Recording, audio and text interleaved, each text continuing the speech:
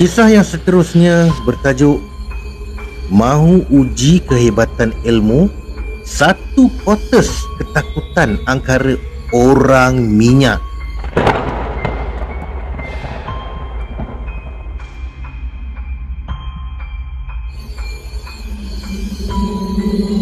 Kejadian ni dah lama berlaku. Semasa saya masih kanak-kanak, iaitu sekitar tahun 1992. Ketika tu saya sekeluarga menetap di sebuah kamp tentera di Sarawak kerana ayah bertugas di situ. Waktu tu usia saya dalam 8 tahun. Satu ketika kuartus kami jadi kecoh dengan kes orang minyak. Hampir setiap hari ada saja kes berkaitan orang minyak yang dilaporkan penghuni kamp. Boleh dikatakan setiap malam orang minyak mengganggu penduduk kuartus. Saya sendiri pernah mengikut ibu melihat salah seorang wanita yang diganggu. Ketika tu lebih kurang pukul 2 pagi. Sedang semua lena di ulit mimpi, penduduk kuartus dikejutkan dengan jeritan kuat seorang wanita. Mak dan ayah saya terbangun dan keluar untuk melihat siapakah gerangan wanita yang sedang menjerit tu. Walaupun ditegah, saya tetap mengikut di belakang mak. Di luar rumah, kami lihat sudah ramai orang berkumpul di depan rumah jiran yang menjerit tadi. Rumah tu diduduki oleh pasangan yang baru berkahwin bernama Syikin. Ketika tu suaminya Fauzi tiada di rumah kerana bertugas. Orang ramai mengetuk pintu rumahnya dengan kuat. Syikin! Syikin, masuk Syikin! Syikin masuk. Syikin, buka pintu! Ada yang mengintai di tingkap bilik untuk melihat jika ternampak apa-apa yang mencurigakan. Tapi tak ada apa-apa pula. Wanita tu tidur di bilik belakang. Akhirnya beberapa orang jiran mengambil pukul dan memecahkan pintu rumah tersebut dan masuk ke dalam. Tidak lama kemudian jiran-jiran membawa wanita tu keluar yang menggigil ketakutan. Waalaikumsalam, Wan Tiger. Bila ditanya kenapa wanita tu tak mampu bersuara, jiran-jiran memujuk dan menenangkannya. Tadi saya nampak orang minyak, beritahu wanita tu. Dia menceritakan rupa orang minyak tu berkilat seperti dilumur minyak hitam. Matanya merah, mukanya garang dan giginya nampak berkarat. Sebaik melihat orang minyak tu, wanita tu terus terjerit-jerit sambil memejamkan matanya.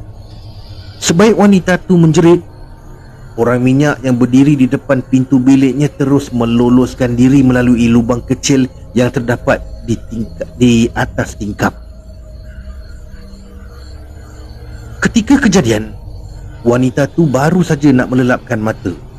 Tiba-tiba dia terlihat kepulan asap hitam yang menerobos melalui lubang kecil yang ada di atas tingkap biliknya. Asap hitam tu kemudiannya secara tiba-tiba menjelma sebagai orang minyak. Sebab itulah dia menjerit.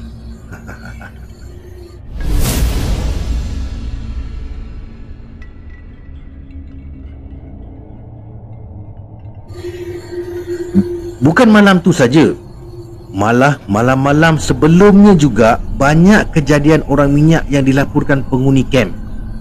Anehnya, kali ini orang minyak tu dikatakan lebih licik dan mempunyai ilmu gaib. Walaupun penghuni mengunci semua pintu dan tingkap, tetapi orang minyak tu boleh masuk menerusi lubang-lubang kecil udara. Jadi penghuni kamp percaya sekurang-kurangnya terdapat 3 orang minyak yang sedang menguji ilmu hitam yang mereka pelajari. Disebabkan kes ni jugalah setiap malam ayah akan keluar berkawal bersama jiran-jiran. Lebih kurang 2 bulan juga melakukan kawalan. Barulah orang minyak tu berjaya ditangkap. Jadi cerita ayah Satu malam ketika dia dan rakan-rakannya sedang berkawal, mereka ternampak seorang lelaki yang mencurigakan sekitar pukul 5 pagi. Apa yang pelik, lelaki itu berbogel dan berjalan seperti orang lain. Tidak mampu melihat kelibatnya, lelaki itu pergi dari sebuah rumah ke rumah yang lain.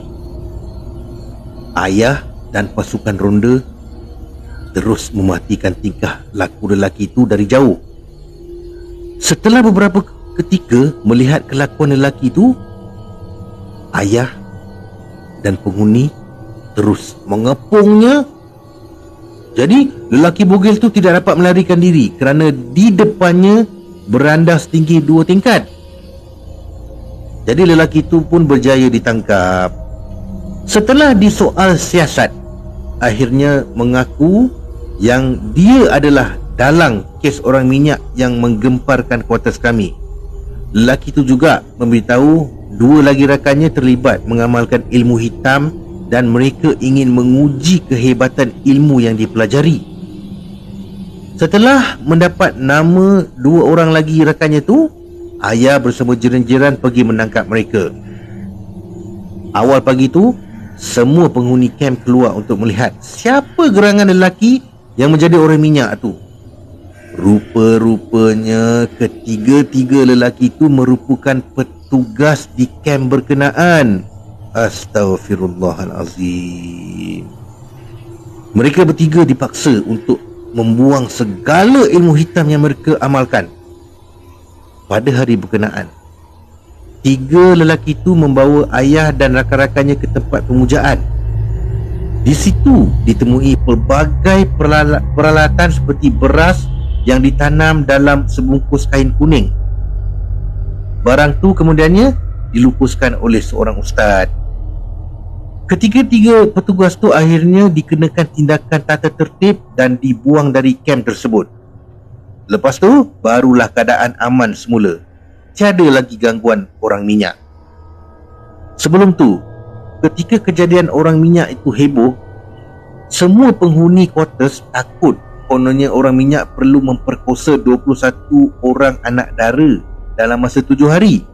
Syarat itu pun hanya saya tahu selepas menonton filem Sumpahan Orang Minyak lakonan P. Ramlee yang ditayangkan di televisyen. Wallahu a'lam bissawab.